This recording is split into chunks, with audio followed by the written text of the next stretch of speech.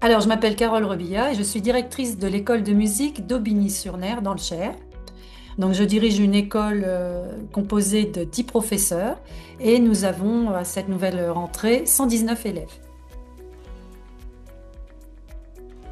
Notre façon de travailler ne correspondait plus à l'attente des élèves et que chaque année, on perdait des élèves et il a fallu réfléchir à redynamiser l'enseignement au sein de notre équipe. La première mise en place, ça a été Padlet. Et à travers Padlet, nous avons créé un Padlet adhérent qui est adressé à tous les adhérents et sur lequel ils peuvent avoir toutes les informations relatives à l'école de musique. Sur ce Padlet, il y a des liens avec d'autres Padlets faits par des professeurs, sur des Padlets de cours collectifs tels que les orchestres, les chorales, et aussi sur les cours individuels, car plusieurs professeurs ont choisi de mettre les devoirs des élèves sur un Padlet personnel. Alors ça, c'est la première chose que nous avons mise en place. En deuxième lieu, nous avons pris la décision de nous abonner à Earmaster pour mettre en place la formation musicale avec nos adolescents pour le deuxième cycle et tous les adultes intéressés par l'outil informatique pour la formation musicale. Et nous employons beaucoup Learning Apps pour faire des petites interventions avant les vacances scolaires avec les élèves, de façon à faire des choses différentes. Les professeurs, ils ont un Padlet pédagogique sur lequel ils échangent énormément et ils ont pris parti de s'adapter aux élèves, c'est-à-dire que les élèves peuvent changer de classe, on va dire, d'un mois à l'autre, on ne peut pas le faire chaque semaine, mais si on se rend compte qu'un élève a des aptitudes, on ne va pas le laisser végéter dans le niveau, il va directement intégrer un autre niveau et à contrario, si un élève est en difficulté, on va le faire venir avec le groupe du dessous afin qu'il retrouve un peu ses marques.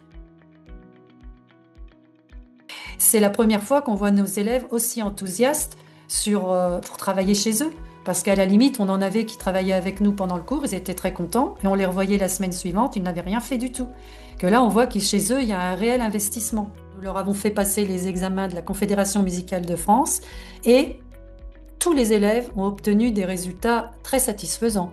Ils ont tous eu leur examen, et avec des notes comme on n'avait jamais vu. Le sondage parent a été positif à 99%. Et le sondage élève qu'on a fait aussi en fin d'année a été positif à 100%. Et on a cette année 15 nouveaux élèves. L'année dernière, on avait 5 nouveaux.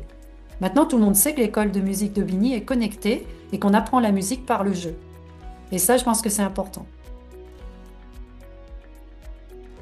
Pour avoir vécu quand même beaucoup d'époques, puisque je suis en fin de carrière, il ne faut pas avoir peur et il faut vivre avec son époque.